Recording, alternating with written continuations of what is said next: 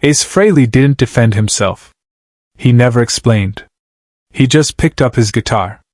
And Jimmy Page's expression changed completely within 30 seconds. The studio was somewhere in Los Angeles. 1977. Late afternoon light filtered through the control room glass, catching dust particles suspended in air thick with cigarette smoke and equipment hum. The kind of studio where legends recorded, wood-paneled walls that had absorbed 1,000 sessions, vintage Neve console, tape reels slowly turning. Jimmy Page was there for a collaboration session. One of those informal gatherings that happened in the 70s when musicians orbited the same studios, the same hotels, the same after-hours rooms.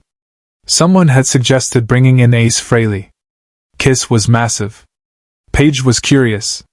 They'd been talking for maybe 20 minutes. Circling each other verbally the way musicians do. Discussing gear. Amps. The usual language of respect disguised as technical conversation. Then someone, a producer whose name nobody remembers now, suggested they jam on a Zeppelin track. Something simple. Since I've Been Loving You. Maybe. Blues Foundation. Room for interpretation. Page picked up a guitar. An assistant handed Ace his Les Paul, the black one, road-worn, cigarette burns on the headstock. Ace plugged into a small Marshall stack. No effects. No pedals. Just guitar, cable, amplifier. They started playing. Page led. His phrasing was impeccable. Those signature bends, that fluidity between rhythm and lead that made him who he was. Ace followed, playing rhythm, staying out of the way, respectful. 3 minutes in, Ace took a small liberty. A fill where there usually wasn't one. A slight variation on the chord voicing. Nothing dramatic. Just Ace being Ace, finding space, adding color. Page stopped playing. The room went quiet. Just the faint hum of amplifiers and the tape machine's gentle rotation. Page looked at Ace. Not hostile. Not angry. Just corrective. The way a teacher might look at a student who's misunderstood the assignment. That's not how you play that, Page said. His voice was calm. Matter of fact. Not cruel, just certain. The producer shifted uncomfortably. The assistant engineer suddenly found something fascinating to adjust on the console. Everyone in the room understood what had just happened. This wasn't about the note. It was about authority. About who defines how things should be played. Ace didn't respond immediately. He stood there, guitar hanging from his shoulder, looking down at his fretboard. His hair fell forward, obscuring his expression. For about 5 seconds, nobody moved. Then Ace looked up. Not at Page. At the amplifier. "Can I try something?"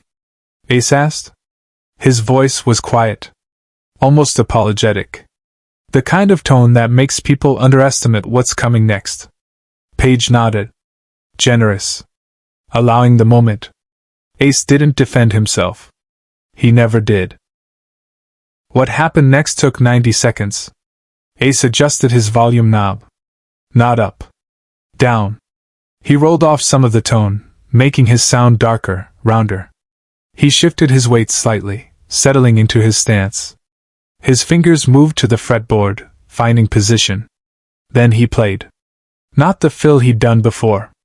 Not a direct answer to Page's correction. Something else entirely. He took the chord progression they'd been working on and deconstructed it. Stripped it down to its skeleton and rebuilt it with a different architecture. The phrasing was still blues. Still rock. But the spaces between the notes were different. Ace played with the silence as much as the sound, letting each note breathe before the next one arrived. His bends were slower, more deliberate. He wasn't trying to prove technical mastery.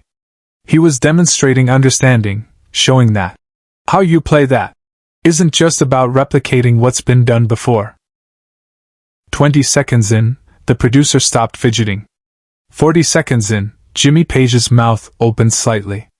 60 seconds in, the assistant engineer looked up from the console, forgetting whatever he'd been pretending to do. Ace kept playing. His eyes were closed now. He wasn't performing for the room. He was conversing with the amplifier, with the wood of the guitar, with something internal that had nothing to do with proving anyone wrong. When he finished, he let the final note ring out until it died naturally. No dramatic cut-off. No flourish. Just decay. The room stayed quiet. Ace opened his eyes. He looked at his guitar, not at Paige. He adjusted the volume knob back to where it had been. Waiting. Jimmy Page set his guitar down on its stand. Carefully. The way you handle something valuable when your hands aren't quite steady. "I stand corrected," Page said. Not defensive. Not embarrassed. Just honest. The kind of honesty that comes from recognizing something real when you hear it. Subscribe and leave a comment, because some moments only make sense when we remember them together. To understand what happened in that studio, you need to understand what Ace Frehley carried into every room. By 1977, Ace was used to being misread. The makeup. The stage persona.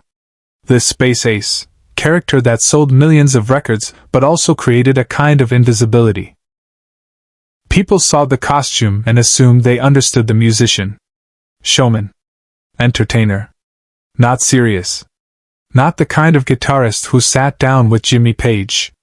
Ace had learned not to argue with that perception. You can't convince people by explaining. You can only show them. And even then, only if they're willing to see. He'd been playing guitar since he was 13. Growing up in the Bronx, learning from records, stealing ideas from everyone. Blues players, jazz cats, surf guitarists, anyone who made sound come alive through 6 strings. He absorbed influences the way good players do, not by copying, but by understanding the principle underneath the technique. By the time Kiss formed, Ace had developed a style that was deceptively simple. He didn't play a million notes. He didn't need to prove anything with speed. He found the right notes. The ones that made songs work. The ones that created space for everyone else while still leaving his signature on the sound. But walking into a room with Jimmy Page meant walking into a room with someone whose guitar work had literally changed what rock music could be. Led Zeppelin wasn't just a band. It was a redefinition. And Page was the architect of that sound. So when Page said, "That's not how you play that," he was speaking from a position of established authority. He'd earned the right to define how things should be done. Ace could have argued. Could have explained his thinking. Could have defended the choice he'd made. Instead, he let the guitar do the talking. That's the difference between defending yourself and demonstrating who you are. Away from the spotlight, Ace made a choice no one expected. After the session ended, they jammed for another hour. The earlier tension completely dissolved. Jimmy Page asked Ace about his guitar setup. They talked for 20 minutes about pickups, about how Ace achieved certain tones, about the technical foundation underneath what looked like simple playing. Page mentioned he was working on some solo material. Different from Zeppelin. More experimental. "Would you be interested in playing on a track?" Page asked. Ace looked at him for a moment. "What kind of track?" "Something that needs space. Something that doesn't need to be proven. Just played." Ace smiled. "Small. Genuine. Yeah. I'd be into that." The collaboration never happened. Schedules didn't align. Zeppelin was fragmenting. Kiss was in the middle of their largest tour. Life moved on. But people who were in that studio that afternoon remember the moment differently than how it would later be told. The story became, Ace shut down Jimmy Page. That's how legends work. They compress complexity into something repeatable.